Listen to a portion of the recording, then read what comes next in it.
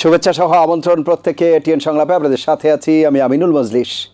দর্শক, আপনারা জানেন সমসাময়িক ও জনগুরুত্বপূর্ণ বিভিন্ন বিষয় নিয়ে আমাদের আলোচনা অনুষ্ঠান। আমাদের আজকের আলোচ্য বিষয় ট্রাম্পের শুল্ক, ভারতের সিদ্ধান্ত ও বিনিয়োগ সম্মেলন। এ বিষয়ে আলাপ করবার জন্য স্টুডিওতে রয়েছেন দুজন সম্মানিত অতিথি। আমাদের সাথে রয়েছেন আন্তর্জাতিক সম্পর্ক বিশ্লেষক অধ্যাপক এম শাহিদুজ্জামান এবং আমাদের সাথে রয়েছেন বাংলাদেশ জাতীয়তাবাদী মহিলা দলের যুগ্ম সাধারণ সম্পাদক চৌধুরী নায়াব ইউসুফ। আপনাদের দুজনকে অনুষ্ঠানে স্বাগত। প্রিয় দর্শক, আপনারা যারা অনুষ্ঠান দেখছেন, আশা করছি পুরো অনুষ্ঠান জুড়েই আপনাদেরকে সাথে পাবো। আপনাদের জ্ঞাতার্থে জানিয়ে রাখি, অনুষ্ঠানটি সরাসরি ফেসবুকে সম্প্রচারিত হচ্ছে। সেক্ষেত্রে facebook.com/ATN বাংলা অনলাইন এই লিঙ্কে ক্লিক করলে আপনারা অনুষ্ঠানটি দেখতে পাবেন। কথা না বাড়িয়ে আমরা চলে যাব মূল আলোচনায়, কিন্তু তার আগে দিনের শিরোনামগুলো একটু দেখে আসব। বিশ্ব পরিবর্তনে দুর্দান্ত আইডিয়া আছে বাংলাদেশের। বিনিয়োগ সম্মেলনে প্রধান উপদেষ্টা ব্যবসার মাধ্যমে ভাগ্য বদলানোর আহ্বান। ব্যবসায়ীদের ইতিবাচক সাড়া জানালেন বিডা চেয়ারম্যান। ভারতের স্থলবন্দর ব্যবহার করে বাংলাদেশি পণ্য অন্য রাষ্ট্রে রপ্তানি সুবিধা বাতিল। বাধাগ্রস্ত হবে নেপাল, ভুটান সহ বিভিন্ন দেশের বাণিজ্য প্রবাহ। 16 এপ্রিল প্রধান উপদেষ্টার সঙ্গে বিএনপির বৈঠক। প্রাধান্য পাবে নির্বাচনী রোডম্যাপ ও সংস্কার ইস্যু। ঐকমত্য কমিশনের দেয়া প্রস্তাবনা নিয়ে বিভ্রান্তি ছড়ানোর অভিযোগ। মুজিব বর্ষ পালনে 4,000 কোটি টাকা ব্যয়ের অভিযোগে শেখ হাসিনা, শেখ রেহানার বিরুদ্ধে দুদকের অনুসন্ধান শুরু। শেখ মুজিবের মুরাল নির্মাণেও তদন্ত। এবং 24 এপ্রিল শুরু ধান চাল সংগ্রহ অভিযান। 36 টাকা কেজি দরে ধান আর 49 টাকায় চাল কেনার সিদ্ধান্ত। লক্ষ্যমাত্রা 17.5 লাখ টন। আমরা দিনের শিরোনাম শুনছিলাম, এবারে মূল আলোচনায় যাব। প্রথমে এম শাহিদুজ্জামান, আপনাকে দিয়ে আলোচনা শুরু করছি। আমাদের আজকের আলোচ্য বিষয় ভারতের সিদ্ধান্ত, ট্রাম্পের শুল্ক এবং বিনিয়োগ সম্মেলন। অর্থনীতির ভেতরে যে বিষয়গুলো খুব আলোচিত হচ্ছে কদিন থেকে, তার মধ্যে একটি বিষয় তো ট্রাম্পের শুল্ক। এবং আজকে দিনের যদি আলোচিত ঘটনা বলি অর্থনীতির, সেক্ষেত্রে ভারতের যে সিদ্ধান্ত এবং বিনিয়োগ সম্মেলন নিয়ে আমরা আলাপ করব। কিন্তু তার আগে আমি যদি ভারতের সিদ্ধান্ত সম্পর্কে একটু আলাপ করতে চাই, কারণ বিমস্টেক সম্মেলনের যে সাইড বৈঠক হলো, সেখান থেকে অনেকেই এক ধরনের ধারণা করা হচ্ছিল যে দু দেশের মধ্যে যে সম্পর্কের একটি অবস্থা ছিল, সেই জায়গায় একটি বরফ গলবার মতো অবস্থা তৈরি হচ্ছে, একটি আস্থার জায়গা তৈরি হবার একটা ইঙ্গিত, আভাস দেয়া হচ্ছে। অ্যাটলিস্ট বৈঠকটা হয়েছে। তো এইরকম একটি অবস্থায় আজকে যখন আবার এই শুল্কের সিদ্ধান্তটি আসলো, সেটি আসলে কীভাবে বিশ্লেষণ করবেন? ধন্যবাদ। এটা ভারতের যে এই উপমহাদেশে ভারতের যে পররাষ্ট্র নীতির পরিচালনা, তারই একটা টিপিক্যাল, অত্যন্ত মানে নিম্নমানের পররাষ্ট্র নীতির উদাহরণ, যেটা ভারত একান্তই দায়ী যে সার্ক ধ্বংস হয়েছে যে কারণে। ঠিক এই ধরনের আচরণে যেটা ভারত করলো, বাংলাদেশের সাথে নেপাল আর ভুটানকেও শাস্তি দিল, এই ধরনের বাস্তবতা কিন্তু বিশ্ব ব্যবস্থায় কখনো ঘটে না বর্তমান সময়ে। গ্লোবালাইজেশনের যুগ, এটা বিশ্বায়নের যুগ এবং ডব্লিউটিওর যে নীতি, হ্যাঁ, এবং যেখানে তার উচিত যে সার্কের ধারণাকে আরও বাস্তবসম্মত করা। এই যে বিমস্টেকের মিটিং হয়ে গেল, সেখানে আমরা তিনজনই, আমাদের তিনটি দেশই কিন্তু মেম্বার্স। এটা কিভাবে ইন্সপায়ার করবে বিমস্টেককে, যখন মাত্র ফিরে এসেই এই ধরনের আচরণ? এমন না যে বাংলাদেশ একেবারে খুবই ক্ষতিগ্রস্ত হয়ে যাচ্ছে, কিন্তু আমাদের উপায় রয়েছে। কিন্তু নেপাল আর ভুটানকে বাংলাদেশের সাথে বিচ্ছিন্ন করে দেয়া, এটা আন্তর্জাতিক আইনের চরম বরখেলাপ, যেটা বর্তমান বিশ্বে আমরা খুব একটা দেখি না। ভারত সবসময় বাংলাদেশের সাথে আন্তর্জাতিক আইন, এই যে নদী আইন ভঙ্গন করলো, তারা তিস্তার পানি আমাদের দিচ্ছে না, অথচ সেটা আমাদের প্রাপ্য। এটা কিভাবে ভারত একেবারে এরকম নগ্ন আচরণ, এটা কিন্তু বিশ্বের অন্যান্য দেশগুলো এবং আন্তর্জাতিক যে কূটনীতি, সেখানেও এটা প্রতিফলিত হবে। একটা কারণ হতে পারে যে ভারত ইন্সপিরেশনটা পেয়েছে, হয়তো ভেবে নিয়েছে যে প্রেসিডেন্ট ট্রাম্প ক্ষমতায় রয়েছে এবং প্রেসিডেন্ট ট্রাম্প থাকার অবস্থায় বাংলাদেশকে কোনোভাবে যদি জব্দ করা যায়। আমরা তো অলরেডি আমরা সবাই জানি যে বাংলাদেশের শিপিং এখন ভারতের বন্দর ব্যবহার করার প্রয়োজন নাই। শ্রীলঙ্কা আর পাকিস্তানও একই পথ। আমাদের দেশগুলো আমরা শ্রীলঙ্কায় ট্রান্সশিপমেন্ট হয়, তারপর পাকিস্তানে যায়, আর পাকিস্তানও একই কাজ করে। অন্যান্য দেশগুলো হয়তো ক্ষতিগ্রস্ত হবে, তবে ভারতের যে ভূরাজনৈতিক যে বাস্তবতা, সেই ভূরাজনৈতিক বাস্তবতায় ভারতের যে ভবিষ্যৎ অ্যাম্বিশন রয়েছে, একটা আঞ্চলিক শক্তিতে পরিণত হবে নিজেকে, সেই আঞ্চলিক শক্তিতে পরিণত হতে হলে সর্বপ্রথম দায়িত্ব হচ্ছে নিজের প্রতিবেশীদের আস্থা অর্জন করা। এবং এটাই অবাক লাগে যে বছরের পর বছর ভারত কেন, অবশ্য এইটা যে এখন যে বিজেপি সরকার রয়েছে তার পেছনে চালিকা শক্তি হচ্ছে আরএসএস, রাষ্ট্রীয় স্বয়ংসেবক দল, এবং আরএসএস সবসময় একটা উগ্র ডানপন্থী পররাষ্ট্র নীতিতে বিশ্বাস করে। তাদের অখণ্ড ভারতের যে স্বপ্ন, সেখানে তারা কোনোভাবেই এটা অ্যাকসেপ্ট করে নিতে পারে না যে বাংলাদেশ বা ভুটানে এদের তো কোনো দোষ নেই, বাংলাদেশের মতো দেশ যে স্বাধীনভাবে পদচারণা করবে। স্পেশালি আমার মনে হয় বিমস্টেকে বোধহয় ভারত যেটা আসল কূটনীতি যা বুঝতে পারি, বোধহয় আমাদের বাংলাদেশের যে পররাষ্ট্র সচিব বা সেই পর্যায়ের যিনি রয়েছেন তাকে বোধহয় হুঁশিয়ারি দিয়েছে যে বাংলাদেশ যদি চীন বা পাকিস্তানের সাথে কোনো সামরিক সম্পর্কে যায় তাহলে তার পরিণতি খুব খারাপ হবে, তারই একটি ইঙ্গিত দেওয়া হলো। এবং আমার ধারণা হচ্ছে যে বাংলাদেশ সরাসরি উত্তর দিয়েছে যে আমাদের জাতীয় স্বার্থে যেটা আমরা সঠিক মনে করি সেটাই করব। আগেকার যে নীতি ছিল শেখ হাসিনার সময়, এটা এখন আর সম্ভব না। তারই প্রতিশোধ এখন ভারত নিচ্ছে খুব সম্ভবত। আরেকটি বিষয় আপনার কাছে মনে হয় কিনা, এই যে ব্যাংককের যে মিটিংটা হলো, সেখানে দুদেশের পক্ষ থেকেই তো মানে মিটিংয়ের যে বিষয়বস্তু এজেন্ডা সম্পর্কে বলা হয়েছে। এখানেও আমরা যে ভার্সনটা দেখেছি, বৈঠকটা এক, কিন্তু ভার্সন কিন্তু দুরকম। এখানে কমন বা অভিন্ন ইস্যু আমরা বলি যে, সেগুলো কিন্তু সে অর্থে আসেনি।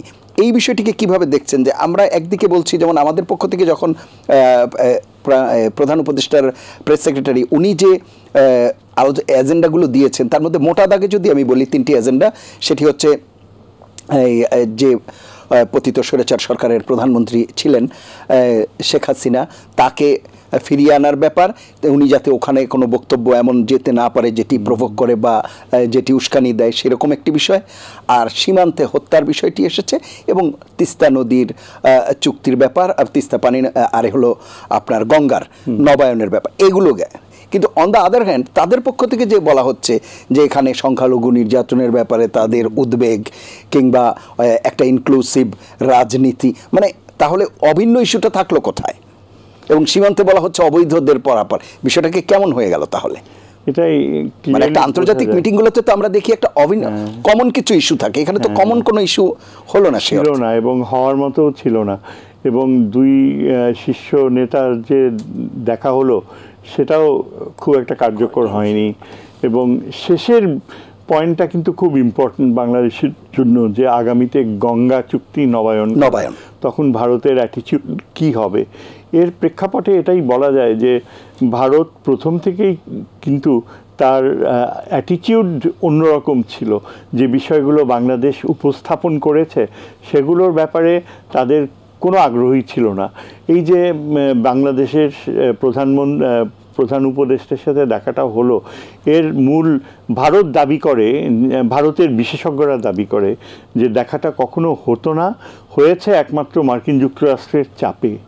শেষ 6 ঘন্টার ভেতরেই নাকি মিটিংয়ের সিদ্ধান্ত হয়েছে, এবং সেখানে মার্কিন যুক্তরাষ্ট্র ভারতকে চাপ দিয়েছিল, এটাই ভারতের সূত্রে জানা যায়।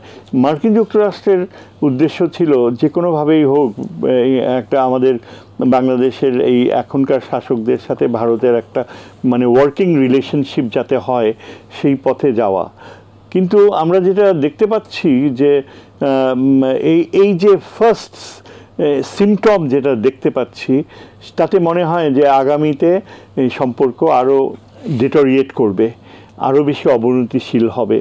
এবং ভারত জানে যে এই আগামী কয়েক মাসে আমাদের অত্যন্ত গুরুত্বপূর্ণ কিছু সিদ্ধান্ত নিতে হবে। পাকিস্তানের উপপ্রধানমন্ত্রী ও পররাষ্ট্রমন্ত্রী ঢাকা সফরে আসবে। চীন আশা করা যায় যে পাকিস্তানের সাথে আমাদের অনেকগুলো চুক্তি হবে, তার মধ্যে একটা হচ্ছে যে যাতে এই বাণিজ্যিক ইয়েগুলো আরও বেশি সরলীকরণ করা। এর পাশাপাশি রয়েছে চীন যে সফর করে এসছে, চীন তার ফলো আপ, চীনের সাথে আমাদের নিরাপত্তা সংক্রান্ত কি আদান প্রদান হয়েছে সেগুলো খোলাখুলিভাবে হয় বলা যায়নি, তবে এটুকু রিভিলড হয়েছে যে বাংলাদেশ চীনের কাছ থেকে উন্নত মানের এয়ারক্রাফট কিনবে যুদ্ধ পরিবহনের। তারপর অনেকটা প্রায় মানে রিউমারের পর্যায়ে রয়েছে, কিন্তু উত্তরবঙ্গে চীনের তিস্তায় ইনভলভমেন্ট এবং মংলা পোর্টে চীনের ইনভলভমেন্ট, এগুলো ভারতকে প্রচণ্ড ক্ষুব্ধ করছে। ভারতের আশা ছিল যে এগুলো হয়তো সামনে আসবে না ভারতের, কিন্তু ভারতের বিশেষজ্ঞ, আমার মনে হয় ভারত এটা জানতো যে বাংলাদেশের যে এখনকার পররাষ্ট্র নীতি, এটা কোনোভাবেই অতীতের পর্যায়ে যাওয়ার সম্ভবই না, এটা একটা অসম্ভব এই অ্যান্টিসিপেশন, এক্সপেকটেশন ভারতের পক্ষে। সুতরাং আমি বলবো যে বিজেপির যে এই চলা, এটা অত্যন্ত ক্ষতিকর এবং ডেঞ্জারাসও বলা যায়, যে শেষ পর্যন্ত এর ফলে ভারত পুরোপুরি আইসোলেটেড হয়ে যাবে এবং আমাদের সাথে, পাকিস্তানের সাথে চীন সহ শ্রীলঙ্কা, মালদ্বীপ, অন্যান্য দেশগুলো মিলে হয়তো এই প্রক্রিয়াটার ফলে একটা আলটিমেটলি এই বল উইল গেট রোলিং, যে ভারতকে বাদ দিয়ে চীনকে নিয়ে কোনোভাবে সার্কের ধারণাটাকে আবার পুনর্জীবিত করা যায় কিনা, জি সেটা একটা সম্ভব। আমি আসবো আবারও আপনার কাছে, আমি একটু শুনে আসি। আমাদের সাথে রয়েছেন চৌধুরী নায়ার ইউসুফ। নায়াব ইউসুফ, যে বিষয়টি আমরা আলাপ করছিলাম ভারত বাংলাদেশ সম্পর্কের ক্ষেত্রেই, যেটি বলছিলাম যে এক ধরনের ইতিবাচক পরিবর্তন যখন প্রত্যাশা ছিল, সেই সময় আজকের যে ঘটনা এবং সার্বিকভাবে এই যে সীমান্তে হত্যাকাণ্ড বলি কিংবা এই নদীর ব্যাপারে যে আচরণ বলি, এই বিষয়গুলোকে আসলে কিভাবে দেখছেন, কিংবা প্রতিবেশীর সাথে আসলে কি আচরণ থাকবার কথা যেটি বলছিলেন, যে ক্রমান্বয়ে একটা আইসোলেটেড হয়ে যাওয়ার ব্যাপার, সার্বিকভাবে বিষয়গুলো নিয়ে আপনার মন্তব্য শুনবো। আমরা ভারতের পাশে, বাংলাদেশ খুব ছোট একটা দেশ, হ্যাঁ, আমাদের দেশ should be more like a big brother to us, কিন্তু তারা আমাদের সাথে যে আচরণ করছে, বিশেষ করে শেখ হাসিনার পতনের পরে তারা আমাদের সাথে যে আচরণ করছে, মনে হচ্ছে যে পায়ে পাড়া দিয়ে তারা একটা গন্ডগোল বাঁধাতে চাচ্ছে, কিন্তু ওনারা বুঝতে পারছে না যে ওনারা যেটা প্রফেসর শহীদুজ্জামান বললেন, যে ওনারা আইসোলেট হয়ে যাচ্ছে এশিয়া, দক্ষিণ এশিয়াতে, মালদ্বীপস বলেন, শ্রীলঙ্কা বলেন, নেপাল বলেন, ভুটান বলেন, পাকিস্তান বলেন, হ্যাঁ, পাকিস্তানের সাথে আগে থেকেই ছিল। এখন বাংলাদেশের সাথে যে বৈরী আচরণ তারা করছে এবং আমাদেরকে যেরকম ট্রিট করছে, আমরা একটা স্বাধীন সার্বভৌম রাষ্ট্র, আমরা তো এটা মেনে নেব না। এটা আর শেখ হাসিনার আমল তো নাই, হ্যাঁ, এখন আমরা বিএনপি আছি এবং এখন যে সরকার, উপদেষ্টা, প্রধান উপদেষ্টা ডক্টর ইউনূস, উনিও যথেষ্ট দেশপ্রেমিক এবং দেশকে ভালোবাসে এবং দেশের স্বাধীনতা সার্বভৌমত্বের ব্যাপারে আমরা সব এক। ভারতকে আমরা ছাড় দিব না। আগে যেটা ছাড় দেওয়া হয়েছে 15 বছর, এটা আর আমরা দেশ আর আমরা কোনো কারো কাছে আমরা বিক্রি করব না, যত বড় দেশই আমাদের পাশে থাকুক। এটা আমাদের নিজেদের নিজস্ব একটা সেন্টিমেন্টাল ব্যাপার দেশের ব্যাপারে। আর যেটা ট্রান্সশিপমেন্ট যেটা বললেন, আমাদের দেশের উপর দিয়ে তারা 15 বছর তাদের ট্রাক, তাদের সব রকম যানবাহন চলেছে, এমনকি মংলা পোর্ট থেকে ওই তাদের আগরতলা দিয়ে যে মালামাল, হ্যাঁ, ফেনী নদী এবং ওখানে যে এক্সপ্রেসওয়ে হয়েছে, সব আমাদের দেশের মানুষের টাকায় হয়েছে, শুধু তাদের মালামাল ক্যারি করার সুবিধাটা নিয়েছে। তো এই ধরনের তো হতে পারে না একটা দেশের উপরে, এটা শুধু শেখ হাসিনার আমলেই সম্ভব। আর কোনো সরকার তাদেরকে এই ছাড় দিবে না। এবং সামনে আমাদের ভয় পাওয়ার কিছু নেই, কারণ আমাদের সাথে সবাই আছে, চীন বলেন এবং পাকিস্তান বলেন এবং আমাদের প্রতিবেশী দেশ বলেন, সকলে আমাদের সাথে থাকবে ইনশাল্লাহ। আমাদের ওই তার কর্ডিয়াল না কি সে ব্যবহার করলো, কিরকম ব্যবহার করলো, তার কর্ডিয়াল ব্যবহার ছিল না প্রধান উপদেষ্টার সাথে ব্যাংককে, তো ওইটাতে আমরা ভয় পাবো না ইনশাল্লাহ। আমাদের সেটা আমাদের কনফিডেন্ট থাকতে হবে এই ব্যাপারে। আর সীমান্তে হত্যাকাণ্ড কমিয়ে আনার বিষয়ে কিংবা মানে এগুলো তো আসলে খুবই অমানবিকও বটে। হ্যাঁ, সেই জায়গাতে আপনার কাছে কি মনে হয় যে কি করণীয় বলে বা কোন ধরনের স্ট্র্যাটেজি নিলে বিষয়গুলোকে আমরা আরেকটু যেটিকে বলি আমরা যে এতদিন তো আমরা যথেষ্ট সফট ছিলাম যে আমরা ভায়োলেন্ট হইনি। হ্যাঁ, ভায়োলেন্ট অবশ্য ওরকম হওয়াটাও ঠিক না, আমরা সহনীয় হব, বাট একটা লিমিট ক্রস করলে তো আর সম্ভব না। এই বর্ডার কিলিং যেটা হচ্ছে এভরিডে অলমোস্ট হয়, এবং তারা সেটা আমাদের দেশের লোকের উপরেই চাপিয়ে দেয়। কিন্তু আমাদেরও একটু কেয়ারফুল হওয়া উচিত যে আমাদের লোকজন, আমাদের বাসিন্দারা যাতে কোনো ট্রাফিকিং বা কোনো কিছুর সাথে না, হ্যাঁ, ওইটা আমাদেরও প্রশাসনের কিছু আরেকটু স্ট্রংলি এটা হ্যান্ডেল করা উচিত। জি, আচ্ছা, আমি আসবো আবারও, আমি একটু শুনে আসি। এম শাহিদুজ্জামান যেটি বলছিলাম যে এই যে বর্ডার কিলিংয়ের ব্যাপারটি সবসময় যে একটা ভিন্ন ন্যারেটিভ দেওয়া হয় যে অবৈধ যারা পণ্য পরিবেশন মানে নিয়ে আর আনা নেওয়া করে, কিংবা যেটিকে আমরা একেবারে সোজা বাংলায় বলতে পারি চোরাচালানিদেরকেই তারা হত্যা করছে। কিন্তু একটা মানুষকে তো হত্যা করবার কোনো রাইটস বা কোনো নাই, সেই জায়গায় আপনার পায়ে গুলি করা বা সেই ধরনের ব্যাপার থাকতে পারে যদি হয়েই থাকে সেই বক্তব্য মতো। মানে এই ঘটনাগুলোকে কমিয়ে আনার ক্ষেত্রে আপনার কাছে কি মনে হয়, কি মেজার্স নেওয়া দরকার আমাদের, বা কোন ধরনের অ্যাটিটিউড বা ইয়ে থাকতে হবে? ভারত তো বারবার আশ্বাস দেয়, এবং এটা পৃথিবীর কোথাও এরকম ঘটে না যে বর্ডারে যে আপনি খুব বেশি এক্সট্রিম কেস যখন সেলফ ডিফেন্সের তখন আপনি পায়ে গুলি করতে পারেন, কিন্তু হত্যা করা এটা পৃথিবীতে সবচেয়ে নিকৃষ্ট আচরণ। ভারত এই আচরণ করছে কারণ ভারত নিজের ইন্টারনালি একটা অত্যন্ত নিষ্পেষিত সমাজ ব্যবস্থা। আমরা জানি যে সেখানে দীর্ঘ সময়ে এই যে মাওয়িস্টদের সংগ্রাম চলছে রাষ্ট্রীয় বাহিনীর সাথে। সেখানে এমনকি একসময় মনমোহন সিং বলেছিলেন যে দুই প্রতিবেশীর থেকে আমাদের যা হুমকি তার চেয়ে ভারতের আভ্যন্তরীণ নিরাপত্তা হুমকি আরও অনেক বেশি। যে ভারত রাষ্ট্রকে যারা নিম্ন জাতির লোক, তারা মেজরিটি ভারতের, তারা কিন্তু ভারত রাষ্ট্রকেই মেনে নেয় না। তারা চায় একটা আলাদা সত্তা যেখানে এই কাস্ট থাকবে না। এটা ভারত কখনো প্রচার করে না। আর বাংলাদেশের বেলায় ভারত এত অপপ্রচার করে, এবং আমরা গত 6 মাসে যা দেখেছি, আমার মনে হয় বিশ্ব ব্যবস্থায় এটা ক্লিয়ার হয়ে গিয়েছে, এবং এটা ওয়েল নোন যে ভারত যে এই যে হত্যা করছে, সীমান্তে হত্যা, এটা কখনো স্বীকারও করে না, এবং যে অপপ্রচারগুলো তারা করছে এটা আনএক্সপেক্টেড। আমরা একটা বিষয় জানি যে এই যে গত 2-3 দিন আগে যে পৃথিবীর প্রথম 50টা দেশ শক্তির ক্ষেত্রে কোন 50টা দেশ রয়েছে, সেখানে এই উপমহাদেশে কিন্তু ভারত আর বাংলাদেশ। ভারতের স্থান হচ্ছে 11 আর বাংলাদেশের স্থান হচ্ছে 47। কাজেই বাংলাদেশকে কোনোভাবেই ভারত অগ্রাহ্য করতে পারে না। আমাদের অর্থনৈতিক যে পোটেনশিয়াল রয়েছে, আমাদের জনগণের যে সামর্থ্য রয়েছে, এবং আমাদের সামরিক শক্তি যদি আমরা আরও উৎকর্ষ করতে পারি, কেউ বলতে পারে না হয়তো ভবিষ্যতে আরাকান সহ অন্যান্য অঞ্চলে বাংলাদেশের একটা যে আমরা 47-এ আমাদেরকে যে ডিপ্রাইভ করা হয়েছিল, বাংলাদেশের একটা বড় সমস্যা হচ্ছে যে আমাদের জনসংখ্যার তুলনায় আমাদের স্থানাভাব। আর পৃথিবীর অন্যান্য দেশেও আমাদের দেশের মানুষ ছড়িয়ে পড়ছে, সুনামের সাথে কাজ করছে। তো ভারত আমাদেরকে কতদিন এইভাবে মনে করতে পারে? এখন যে রিউমারটা সবচেয়ে বেশি ভারতীয় বিশেষজ্ঞরা ছড়াচ্ছে সেটা হলো এই যে তারা বাংলাদেশকে দ্বিখণ্ডিত করবে।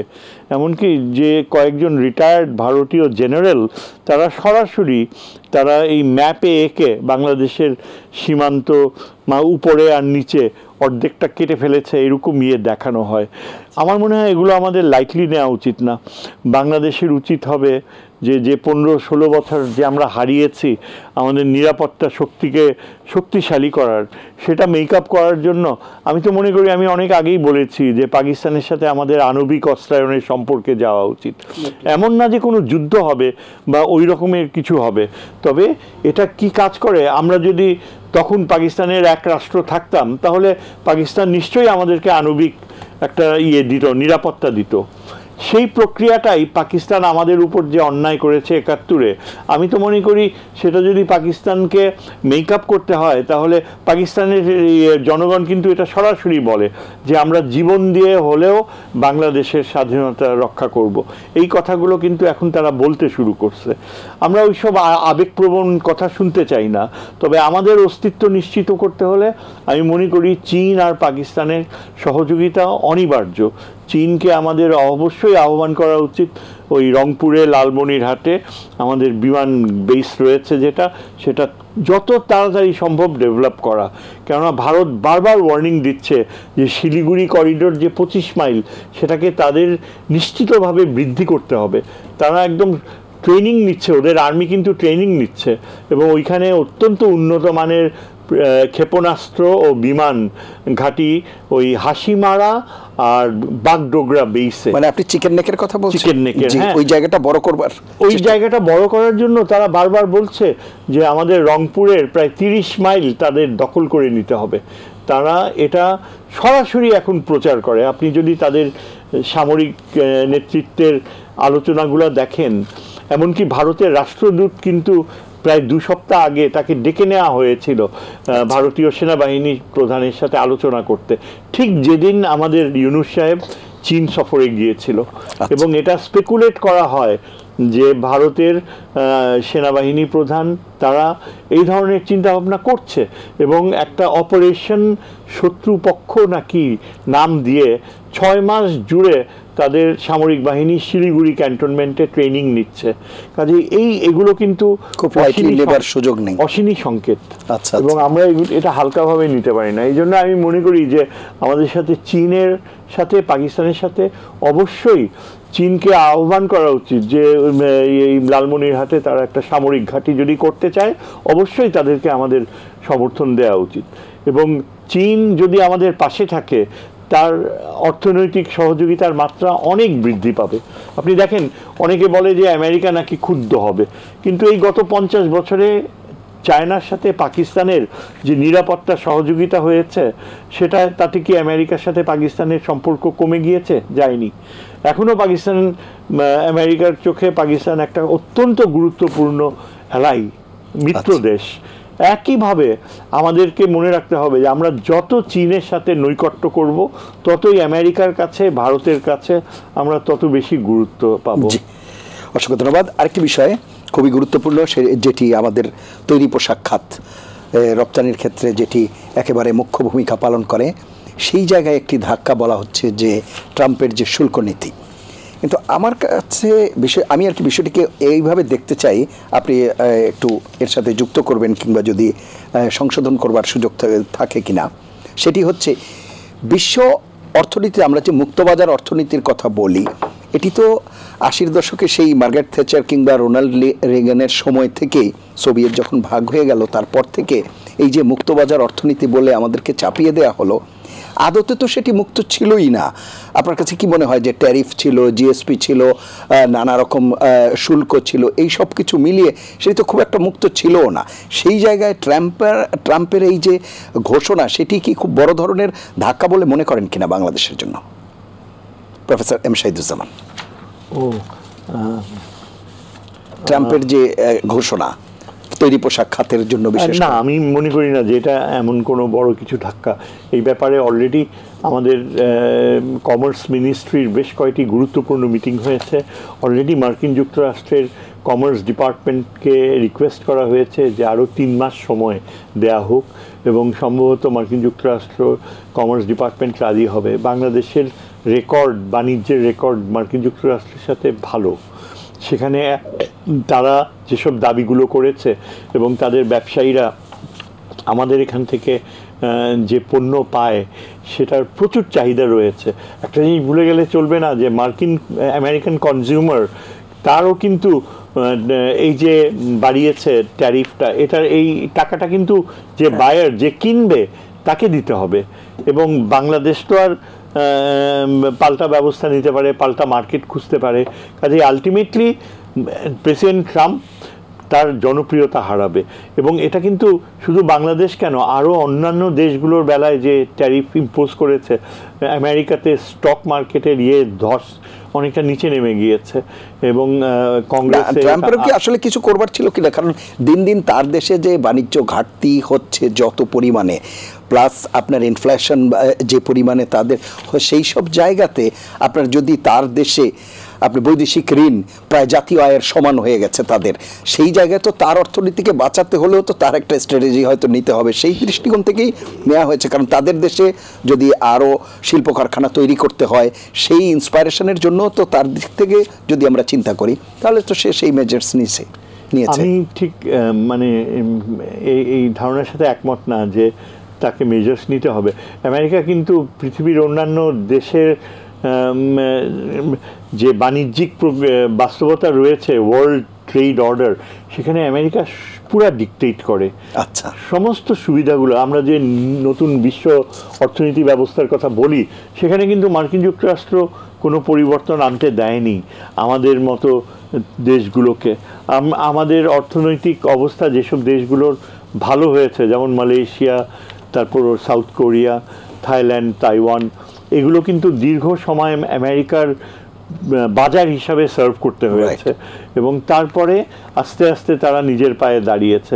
মার্কিন যুক্তরাষ্ট্র যদি এখন তার নিজের অর্থনৈতিক স্বার্থে আমাদের মতো দেশগুলোকে, আমরা আর অন্যের বাজার হব না, আমরা নিজেরাই বাজার তৈরি করব, তাইলে এর ইম্প্যাক্ট আমেরিকাই, চায়না তো একসেপ্ট করছে না। চীনের উপর যে ট্যারিফ বসিয়েছে, চায়না বলেছে যে we have accepted it as a challenge. আর ট্রাম্পের রিপাবলিকান অ্যাডমিনিস্ট্রেশন, এরা জানে যে 3 বছর পরে আবার ইলেকশন হলে রিপাবলিকান সেনেটরদেরকে ইলেকশন ফেস করতে হবে। এমন কোনো পথে তারা যাবে না যেটা আমেরিকান কনজিউমারকে হার্ট করবে। ট্রাম্পকে এখন, আগে সে যেভাবে সেনেট আর কংগ্রেসকে ডমিনেট করতো, যে আমি যেটা বলবো সেটাই তোমরা মেনে নিবে, এখন আর সেটা সম্ভব না। এটা তার সেকেন্ড টার্ম এবং সেনেট ও কংগ্রেস অ্যাজ এ হোল তারা তাদের নিজেদের ভবিষ্যৎ রিপাবলিকান পার্টির স্বার্থ দেখবে। কাজেই ট্রাম্প এই যে প্রথমে তো ক্যানাডার উপর চাপিয়েছে, মেক্সিকোর উপর চাপিয়েছে, ক্যানাডা এখন পাল্টা ব্যবস্থা নিচ্ছে। ক্যানাডা কিন্তু রাজি হচ্ছে না। আর মেক্সিকোর সাথে আমেরিকা যদি বেশি এই ধরনের পদক্ষেপ নেয়, তাহলে মেক্সিকোকে কিছুতেই রাজি করাতে পারবে না যে দক্ষিণ আমেরিকার জনস্রোত যে ঠেলে আসছে, সেটা মেক্সিকোর সহযোগিতা ছাড়া ট্রাম্পের পক্ষে মিনিমাইজ করা কিছুতেই সম্ভব না। সুতরাং আমি মনে করি যে এটা সাময়িক। আচ্ছা আচ্ছা, ট্রাম্পকে কম্প্রোমাইজ করতেই হবে। জি, চৌধুরী নায়াব ইউসুফ, আপনি কি এই বিষয়ে কিছু যুক্ত করবেন কিনা, এই যে ট্রাম্পের শুল্কের বিষয়ে? এরপর আমরা ইনভেস্টমেন্ট সামিটে ট্রাম্প তো প্রতিবারই যখন ক্ষমতায় আসে সেই ধরনের শুল্ক আরোপ করে, চায়নার উপরে করেছে, এবার আমাদের অনেক দেশ, আমরা 58টি দেশের উপরে, 58টি দেশ, এবং কোনো না কোনো উপায় তো বের হয়েই যায়। অনেক উপায় আছে যেখানে আমরা শুল্কটা আমরা ধরেই এমনভাবে প্রাইসিংটা করা যাবে যে আমরা যেন প্রফিটের দিকে না আমাদের কম হয়।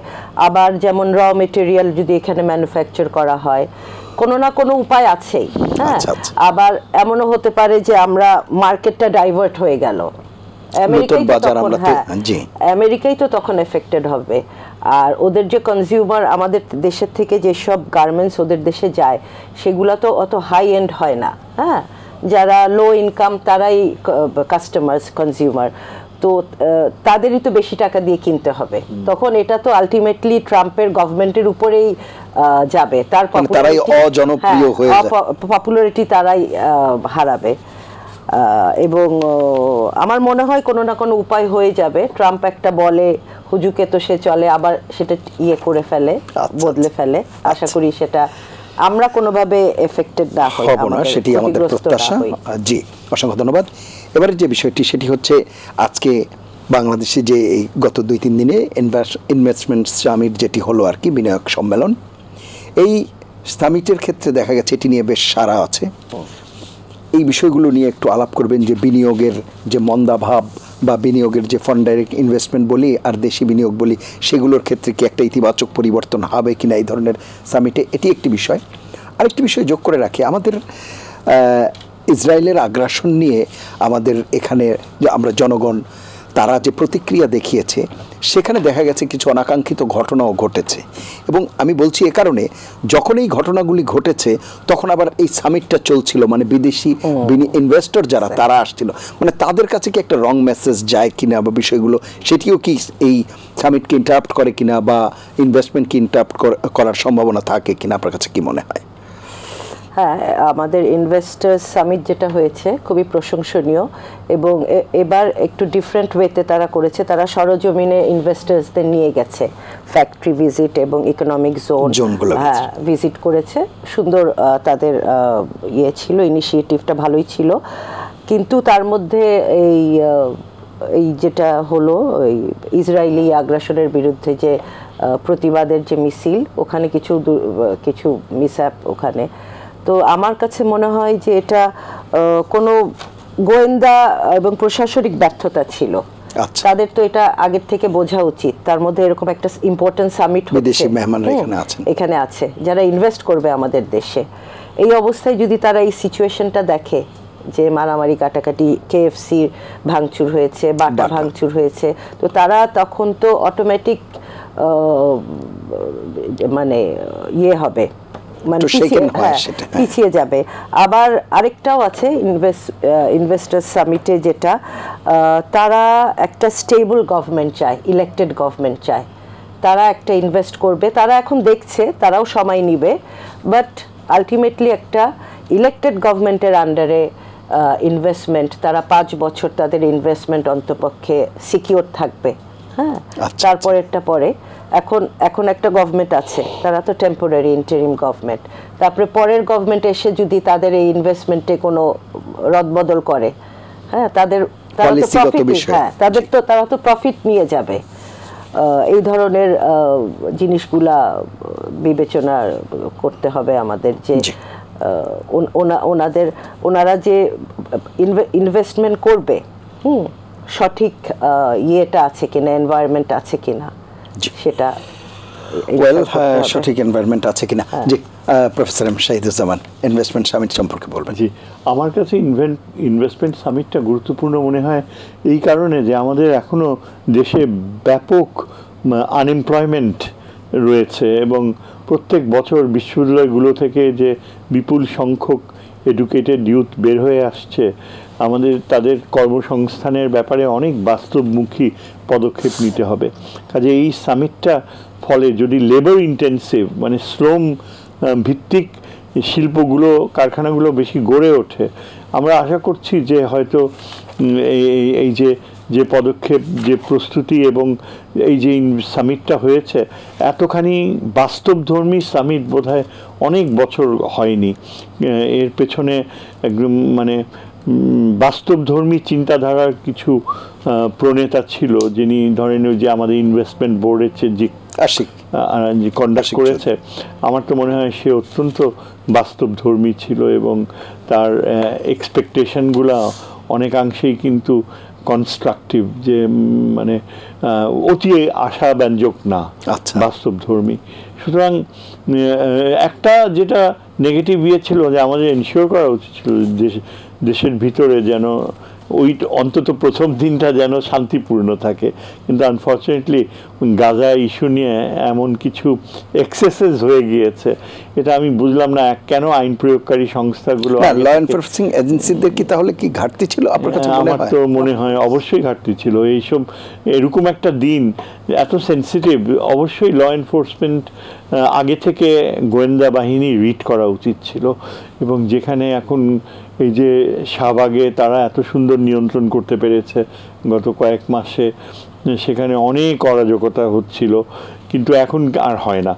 কাজে এটা নিয়ন্ত্রণ করা খুবই সহজ ছিল, এমন কোনো কঠিন কিছু ছিল না, কারণ তাতে ইমেজ, আমি আশা করি যে এতে ক্ষতিগ্রস্ত হয়নি, কারণ ওরা মব সাইকোলজিকে অনেক ভয় পায় ফরেন ইনভেস্টররা, এবং স্পেশালি এই যে যাদের টার্গেট করেছে এই বাটা সহ, বাটা তো অনেকটা আমাদের নিজেদের ডোমেস্টিক ইন্ডাস্ট্রিতে পরিণত হয়েছে, শত শত এই লোকাল প্রডিউস শু মেকাররা আউটসোর্সিং হয়, আউটসোর্সিং হয়, এবং এখানে তুমি কাদেরকে আঘাত করছো? তুমি নিজের দেশের লোককেই তো ক্ষতি করছো। ওরা তো ওখান থেকে বানিয়ে এনে এখানে দিচ্ছে না। এবং এই যে এটাও একটা ইঙ্গিত দেয় যে এই ধরনের ধর্মান্ধ ইয়াঙ্গার জেনারেশনকে যদি সুশিক্ষা না দেওয়া হয়, এবং মাদ্রাসা এডুকেশনে যদি যে যারা শিক্ষা দেয় তারা যদি নিয়ন্ত্রণ করতে না পারে, প্রোগ্রেসিভ মাইন্ডেড না হয়, তাহলে এরা কিন্তু একটা বড় বোঝা হয়ে যাবে।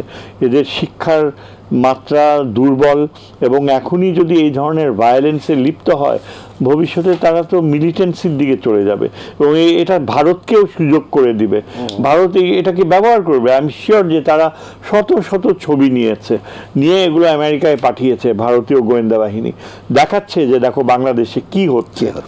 এটা মানে আমেরিকান দূতাবাসের সামনেও যা করা হয়েছে, ইভেন তাদের ফেসবুকে যেভাবে কথাবার্তা বলা হয়েছে, ইট ওয়াজ সো আমার কাছে অবাক লাগে যে কেন আমরা আগে অ্যান্টিসিপেট করতে পারলাম না। এখন এখানে কেউ কেউ বলছে যে যতটা না তৌহিদি জনতা বলতে আমরা যাদেরকে বোঝাচ্ছি মাদ্রাসার বা যাদের কথা আমরা যাদেরকে দোষ, এর পাশাপাশি সেই ঘুরে ফিরে সেই কথাই আসছে যে পতিত বা ফ্যাসিস্টের দোসর যারা এটাকে আরো ডেলিভারেটলি হয়তো করতে পারে, তাদের একটা ইন্টেনশন আছে, ভিন্ন সেই দিকেও কেউ কেউ অনুপ্রবেশকারী থাকতে পারে। আপনার কাছে কি মনে হয়?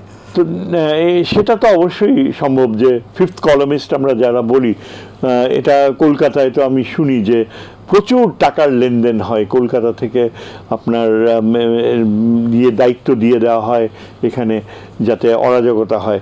তবে এর পরেও আমি বলবো আশার কথা হচ্ছে এই যে আমাদের চিফ অ্যাডভাইজার যে স্পিচগুলো দিয়েছে সেগুলো অসাধারণ ছিল, এবং তার কিছু কিছু যেগুলো মানে ইন্সপায়ার করা, ৭৪ দুর্ভিক্ষ নিয়েও উনি কথা বলেছেন। হ্যাঁ, এবং এটা অনেকটা মানে ওয়েলফেয়ার ওরিয়েন্টেড ক্যাপিটালিজম, যে পুঁজিবাদের ইনভেস্টমেন্টের ধারণাকে আরও বেশি মানবতার ইয়েতে নিয়ে আসা, এবং ওই আনএমপ্লয়মেন্টের ব্যাপারটাও কিন্তু উনি তুলে ধরেছেন। হ্যাঁ, এবং উনি কিন্তু একেবারে স্পষ্ট করেই আমি দেখলাম যে একটি বিষয় বলেছেন যে যদি আপনারা অর্থ উপার্জন করেন তাহলে হয়তো আপনারা হ্যাপি হবেন, কিন্তু আপনারা যদি অর্থ উপার্জনের মাধ্যমে অন্য মানুষকে উপকৃত করেন তাহলে that will be super happiness. মানে কোট আন কোট উনি ওই কথাটাই ওখানে, এই ধারণাগুলো কিন্তু মানে প্রফেসর ইউনুসের মুখেই মানায়, এবং এটা অ্যাপিলও করে। অন্যরা কেউ বললে হয়তো এতখানি অ্যাপিল করতো না, এবং তার মাইক্রো ক্রেডিটের ধারণা বিশ্বব্যাপী এমনভাবে ছড়িয়েছে যে তিনি যখন এইসব আইডিয়াসগুলো ফ্লোট করে, নিঃসন্দেহে বলা যায় যে বাংলাদেশের একটা মানে কালচার হয়তো যদি পরিবর্তন হয়, কিন্তু আমাদের সবচেয়ে বড় বাধা এখানে হচ্ছে আমলাতান্ত্রিক যে দুর্নীতি, সেখানে সবচেয়ে বড়, সেখানে যদি মানসিকতা না বদলায় তাহলে এগুলা এত প্রচেষ্টা, আর আমাদের ব্যবসায়ীরা প্রচুর বুদ্ধিদীপ্ত, তারা কিন্তু অনেক বিপদের মধ্যেও পথ খুঁজে বের করতে পারে, এবং ফরেন ইনভেস্টররা যদি আসে কোলাবোরেট করে আমাদের লোকাল বিজনেসের সাথে, তাহলে আমাদের খুব বেশি দেরি হবে না যে আলটিমেটলি মালয়েশিয়ার মতো একটা ভাইব্রেন্ট ইকোনমি গড়ে তোলার পদক্ষেপ নেওয়া মানে অসম্ভব কিছুই না। জি, প্রফেসর শাহিদুজ্জামান, আমরা কি মানে এই যে সবসময় এটি বলছি যে দোসর অনুপ্রবেশকারী কেউ একটা ভেতর থেকে এই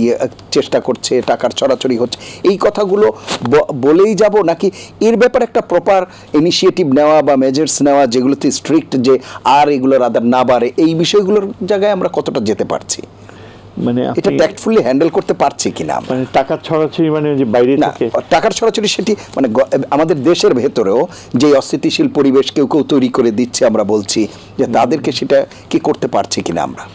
এটা আমার মনে হয় যে গোয়েন্দা বাহিনী, পুলিশ যথেষ্ট রিঅর্গানাইজড হয়েছে। আগে যে ছিল প্রথম কয়েক মাস, সেই তুলনায় অনেক পরিবর্তন আসছে, এবং সেখানে একটা বড় বাধা হচ্ছে যে আগেকার রেজিমের একটা বড় অংশ ভিতর থেকে ক্ষতিগ্রস্ত করছে। তবে এখানে আমাদের কার্যকর পদক্ষেপ নিতে হলে রিফর্মসগুলায় শুধু বেসামরিক রিফর্মস করলেই যথেষ্ট নয়। সামরিক ক্ষেত্রে আমাদের যে অনেকটা এখনো কোনো রিফর্মসের আইডিয়া আসেনি সেখানে। এটা একটা এরিয়া যে প্রফেসর ইউনুস এখনো একেবারেই টাচ করেনি, এবং সেখানে প্রচুর দাবি রয়েছে, অনেক সামরিক বাহিনীর অবসরপ্রাপ্ত অফিসাররা যাদের অন্যায়ভাবে চাকরিচ্যুত করা হয়েছিল, তারা কিন্তু জেনুইনলি চায় যে তারা তাদের চাকরি ফেরত চায়, এবং সেখানে অনেক ভালো ভালো ইয়ে রয়েছে, ট্রেইনড অফিসার্স রয়েছে, যাদের সার্ভিসেস যদি ব্যবহার করতাম তাহলে হয়তো আমাদের এখানে এই যে আপনি যেটা বললেন না টাকার ছড়াছড়ি, এটা ইন্টেলিজেন্স সবচেয়ে ভালো ট্যাকেল করতে পারতো।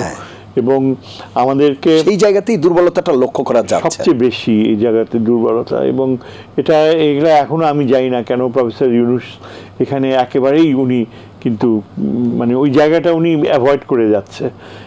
কিন্তু এখানে রিফর্মস আনতে হলে বোধ সামরিক ও বেসামরিক দুইটাতেই মানে সামরিক বাহিনী কিন্তু অদ্ভুত সাকসেসফুল হতে পারে।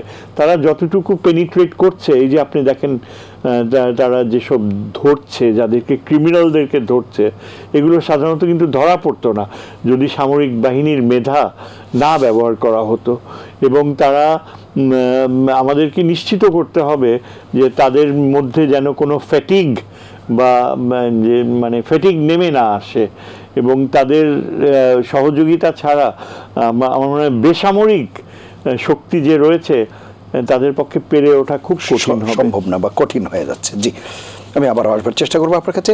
যে আলাপটি আমরা করছিলাম যে এই যে দেশের ভেতরে নানা সময় আমরা দেখছি, আসলে তার মব জাস্টিস বলা যায় না, মব ভায়োলেন্সই আমাদের বলতে হয়, যেই কালচারটি চলছে, এতে করে যেই সহিংসতা আমরা দেখি মাঝে মাঝেই, এবং জনগণের ভেতরেও এক ধরনের অসহিষ্ণুতা, কোনো কোনো ক্ষেত্রে বেপরোয়া ভাব, এবং অনেক জায়গায় দেখা যায় আপনি এখানে একটি দলের প্রতিনিধিত্ব করছেন, দলের অন্তর্দ্বন্দ্ব কিংবা দখলদারিত্ব নিয়েও অনেক সময় অনেক কথা আমরা শুনতে পাই, দুপক্ষের সংঘর্ষ। এই বিষয়গুলো আপনাদেরকে মানে কি নিঃসন্দেহে সেগুলো আপনাদেরকে খুব একটা সুখকর অনুভূতি দেয় না, বা সেগুলোর ব্যাপারে আপনারা ব্যবস্থাও নিচ্ছেন, কিন্তু তারপরেও কাঙ্ক্ষিত ফলাফল কি আসছে? নানা রকম বহিষ্কার শুনছি, বিভিন্ন বিষয় তারপরেও আপনারা কি আসলে নিয়ন্ত্রণ করতে পারছেন? কেন্দ্রের যেই মেসেজ সেটি কি তৃণমূল পর্যায়ে পৌঁছাতে পারছে? আপনার কাছে কি মনে হয়? হ্যাঁ, কিছুটা তো ব্যতিক্রম হবেই, বাট ম্যাক্সিমাম জায়গাতেই বহিষ্কার যখন করেছে আমাদের ভারপ্রাপ্ত চেয়ারম্যান, এই ডিসিশনগুলো যখন উনি নিয়েছেন, এটা খুব কাজে দিয়েছে, সবাইকে আটকানো গেছে। হ্যাঁ, হ্যাঁ। এবং প্রথমে আপনি এত বছর আমরা বিরোধী দলে আমরা জুলুম অত্যাচারের শিকার হয়েছি, এবং তৃণমূলে তারা সবচেয়ে বেশি এফেক্টেড না, জেল জুলুম সব কিছু। ন্যাচারালি এতদিন পরে একটা স্বাধীনতা, তারা একটু খুশি হয়তোবা আউট অফ কন্ট্রোল হয়েছে, বাট কিছুদিনের মধ্যেই সব কিছু কন্ট্রোলে চলে আসছে। আর এগুলো আসলে তৃণমূলে যথেষ্ট আমি দেখি এখন তারা ইসে আছে, কারণ এখন আমাদের দলটা নির্বাচনমুখী, এবং আমরা সকলকেই বলি যে এমন কিছু করা উচিত না যেটা মানুষ বলবে যে তাহলে আওয়ামী লীগ গেছে আবার বিএনপি একই রকম করছে, এরকম যেন এই মেসেজটা আমরা এই ধরনের মানে কথাগুলো আমরা বলি যে এই ধরনের কাজ করো না। হ্যাঁ, কারণ এখনো নির্বাচন আসে নাই, মানুষ যাতে খারাপ না বলে, আমাদের ভোটটা আনতে হবে, মানে ভোটটা যাতে নষ্ট না হয়। তো তখন আমাদের নেতাকর্মীরা যথেষ্ট তারা সহনশীল অ্যাক্ট করছে। আর যেটা বলছেন মব অ্যাটাক বা এগুলো গ্রহণযোগ্য না। আমাদের প্রশাসন আছে, পুলিশ আছে, আইন আছে, তারা এটা হ্যান্ডেল করবে। মব এই ট্রেন্ডগুলো ইজ নট অ্যাট অল আজকে আরেকজনকে করছে, তারপরের দিন আমার উপরে আসবে না, এটার তো কোনো সিউরিটি নাই। তো এই ট্রেন্ডগুলা অবশ্যই এই সমাজে, এই সভ্য সমাজে ঠিক না। এটা আমার এবং ইন্টারন্যাশনালিও যা ব্র্যান্ডেড হয়ে যায় তারপরে, এবং যাদের হাতে একটা উইপন তুলে দেই আমরা আমাদের প্রতিপক্ষের কাছে, ইন্ডিয়া এটা সুযোগ নিতে পারে বেশি, সবচেয়ে বেশি। আচ্ছা, প্রফেসর শহীদুজ্জামান, যেটি বলছিলেন নায়েব ইউসুফ, যে এই যে ইনভেস্টমেন্ট সামিটের কথা আমরা বলছি বা বিভিন্ন জায়গায় আরও বিভিন্ন ঘটনার ক্ষেত্রে একটি নির্বাচিত সরকারের কথা বলা হচ্ছে, যে একটা নির্বাচিত সরকার আসলে একটা স্টেবল সিচুয়েশন হবে, তখন হয়তো বিনিয়োগ সহ সার্বিকভাবে একটা স্থিতিশীলতা, এবং বিশেষ করে এই যে প্রশাসন বলি, ল এনফোর্সিং এজেন্সি বলি, তাদের ভেতরেও কি এক ধরনের দোদুল্যমানতা বা একটা দোলাচল থাকে কিনা, যে পলিটিক্যাল গভর্নমেন্ট আসলে তারপরে কি হয়, তাহলে দেখি, এখন একটু অবজারভেশন মুডে থাকি, বা এরকম বিষয়গুলো কিনা আপনার কাছে কি মনে হয়? হ্যাঁ, এটা তো একটা বাস্তবতা, স্বাভাবিক বাস্তবতা। এটা সত্যি যে আলটিমেটলি তো নির্বাচিত গভর্নমেন্টকে আসতেই হবে। কোশ্চেন ইজ যে কত তাড়াতাড়ি এই সরকার সেই রিফর্মসগুলো কার্যকরভাবে বাস্তবায়িত করতে পারে। তবে একটা জিনিস অবশ্যই বুঝতে হবে যে নির্বাচিত গভর্নমেন্ট আসতে হলে অবশ্যই আগের যে কালচার ছিল, সংস্কৃতি ছিল, সেটা যেন কোনো অবস্থাতেই রিপিটেড না হয়। আমরা আশা করব যে একটা ইলেকশন হলে সত্যিকার অর্থে যেন জনগণ ভোট দিতে পারে। এর অর্থ এই না, ইনক্লুসিভ শব্দটা প্রায় ভারত ব্যবহার করে। নির্বাচনের কথা চিন্তা করতে এটা অর্থই হয় না যে বিচার হওয়ার আগে যেই দল একটা ফ্যাসিস্ট দল, তাকে কোনোভাবেই সুযোগ দেওয়া উচিত না। মাঝে মাঝে এরকম বলা হয় যে আমরা তো কাউকে বাধা দিতে পারি না, জনগণই ডিসাইড করবে। কিন্তু জনগণ কিভাবে ডিসাইড করবে আওয়ামী লীগকে ইলেকশনে ভোট দিবে কি দিবে না? কারণ জনগণের একটা বড় অংশ, উল্লেখযোগ্য অংশ যে আওয়ামী লীগের সমর্থক, আমরা তো জানি। এটাও তো সত্যি কথা যে ফ্যাসিজম যখন যে ব্যবস্থায় থাকে, সেই ফ্যাসিজমের সাপোর্টারও উল্লেখযোগ্য সংখ্যক থাকে। এখন আপনি যদি এটা জনগণের হাতে ছেড়ে দেন, তারপর যদি সেই জনগণ 30% ভোট আওয়ামী লীগকে দিয়ে দেয়, তখন কি এটা সুখকর হবে? নাকি তখন বিএনপির জন্য তখন এটা একটা সেফ অবস্থা হবে? কারণ ভারত তো হা করে বসে আছে যে একবার যদি ইলেকশন করার সুযোগ হয়, আর জনগণের নামে যদি আওয়ামী লীগ তো এক্সপার্ট ভোট ম্যানিপুলেশনে, এবং এই রিস্ক নেওয়াটা, আমি একজন নিরাপত্তা বিশারদ হিসাবে এইসব জিনিসগুলোই আমাকে এফেক্ট করে। অনেকে স্ট্রাকচারের কথা বলে, রাজনৈতিক সঙ্গে অনেক দিক থেকে দেখে। একজন নিরাপত্তার ছাত্র হিসাবে আমার যেটা মনে হয় যে কোনো অবস্থাতেই বিচারের আগে আওয়ামী লীগকে ইলেকশনে অংশগ্রহণ করার প্রশ্নই ওঠে না। তখন একবার যদি তারা সেই সুযোগ পায়, তাদের জনসমর্থন যেমন রয়েছে এবং ভারতের যে হাত রয়েছে, এবং তারা যেভাবে টাকা ঢালতে পারে, এবং অনেকগুলো সরকারি সংস্থা আছে যারা কিন্তু অভ্যাস খারাপ হয়ে গেছে গত 15 বছরে, তাদের এখনো কিন্তু সঠিক পথে আনা সম্ভব হয়নি, অনেকটা পথ বাকি। সো আমি মনে করি যে যদি অ্যাটল নির্বাচন হতে হয়, তাহলে সেটা হতে হবে যেখানে ব্যাপক নারী সমাজ ভোট দিতে পারে, ব্যাপক নতুন প্রজন্ম ভোট দিতে পারে, কারণ এরাই সবচেয়ে বেশি ডিপ্রাইভড ছিল, এবং আমরা ওটাই হওয়া উচিত ইনক্লুসিভ। এবং সেইভাবে আমরা এমন হতে পারে যে 70% ভোটার টার্ন আউটও হতে পারে, যদি ঠিক মতো সেটা হয়। কিন্তু আমি এটা সবচেয়ে বেশি জোর দেব যে বিচার হতে হবে। যে ফ্যাসিজম, যে রক্ত দিয়েছে আমাদের নতুন প্রজন্ম, তাদের যে জীবন দিয়েছে, তার বিচারের আগে আমি কোনোভাবে এটা মেনে নিতে পারি না। এই দেশের বেশিরভাগ মানুষই মেনে নিতে পারে না যে বিচার হওয়ার আগে কোনো কিছু হোক, মানে তারা নির্বাচনে অংশ নেয়। কিন্তু তার মানে তো এই নয় যে বিচার যতদিন না হবে ততদিন ইলেকশন হবে না। বিচার প্রক্রিয়াটা যদি একবার শুরু হয়ে যায়, একবার যদি একটা ব্যাপক যে যাদের শাস্তি প্রাপ্য, তাদের শাস্তিটা যদি মানুষ জনসমক্ষে দেখতে পায়, আমি মনে করি যেসব বাবা মা দেখেছে তাদের মেয়েগুলো মরে, ছেলে মেয়ে এইভাবে জীবন দিয়েছে, তারা কি শান্তি পাবে? তারা কি এটা মেনে নেবে কখনো? তারা দেখতে চায় যে শাস্তিটা যেন সত্যিকার অর্থে হয়, যেন ফাঁসির কাস্টে ঝুলানো হয়। এটা হতে হবে। আবার আমাদের অনেকে রয়েছে যে অতীতে যাদের উপর অন্যায় করা হয়েছে, অন্যায়ভাবে ফাঁসি দেওয়া হয়েছে গত আওয়ামী লীগের সময়। আমি মনে করি আমাদের সামরিক বাহিনী অনেক বীর মুক্তিযোদ্ধা, তাদের ফাঁসি দেওয়া হয়েছে। কখনো আমি এটা মেনে নিতে পারিনি, আমার মতো অনেকেই মেনে নিতে পারেনি। প্রতিশোধ নিয়েছে, তার শাস্তি অবশ্যই হওয়া উচিত। এবং যারা হারিয়েছে এই এতগুলা বছরে জীবন হারিয়েছে, তাদেরকে আবার তাদের সম্মান ফিরিয়ে দিতে হবে। অসংখ্য ধন্যবাদ। আমাদের শেষ করতে হবে, আমরা শেষ জায়গায় আছি। চৌধুরী নায়াব ইউসুফ, এই যে নির্বাচন প্রসঙ্গে বলছিলেন এবং বিচার প্রসঙ্গে এবং আওয়ামী লীগের নির্বাচনে অংশগ্রহণ প্রসঙ্গে স্যার যে কথা বলছিলেন, সেই বিষয়গুলো দিয়ে যদি আপনি শেষ করেন। অবশ্যই দেশের মানুষ চায়, দেশের জনগণ চায় এই ফ্যাসিস্ট সরকার, যেটা পতিত সরকার, তাদের বিচার আমরা চাই, সকলেই চাই। কিন্তু বিচার করতে করতে যদি অনেক বছর পেরিয়ে যায়, একটা ইলেকটেড গভর্নমেন্ট যদি না আসে, এখানে তো অনেক প্রবলেম হবে এবং সংস্কারও হবে, তাদের বিচারও হবে এবং নির্বাচনও হবে। কিন্তু নির্বাচন সংস্কার আমরা মুখোমুখি নিয়ে আসছি, এটা আমাদের ঠিক না, কারণ নির্বাচনের পরেও সংস্কার করা যায়।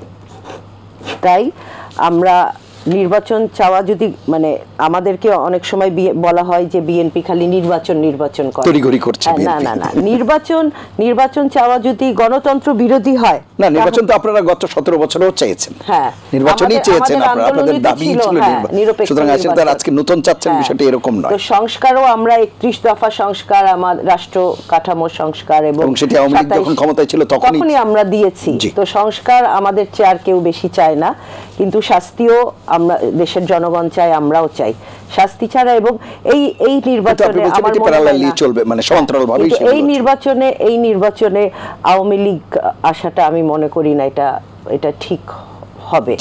তাদের রাজনীতি করার, এই দেশের মাটিতে এই মুহূর্তে রাজনীতি করার অধিকার তাদের আর নেই, তারা সেটা হারিয়েছে। আমরা আজকে যে মার্কিন শুল্ক নিয়ে আলাপ করছিলাম, এই মুহূর্তে যে খবরটি আছে সেটি হচ্ছে চীন বাদে অন্যান্য দেশের উপর থেকে এই শুল্ক আরোপের বিষয়টি স্থগিত করা হয়েছে।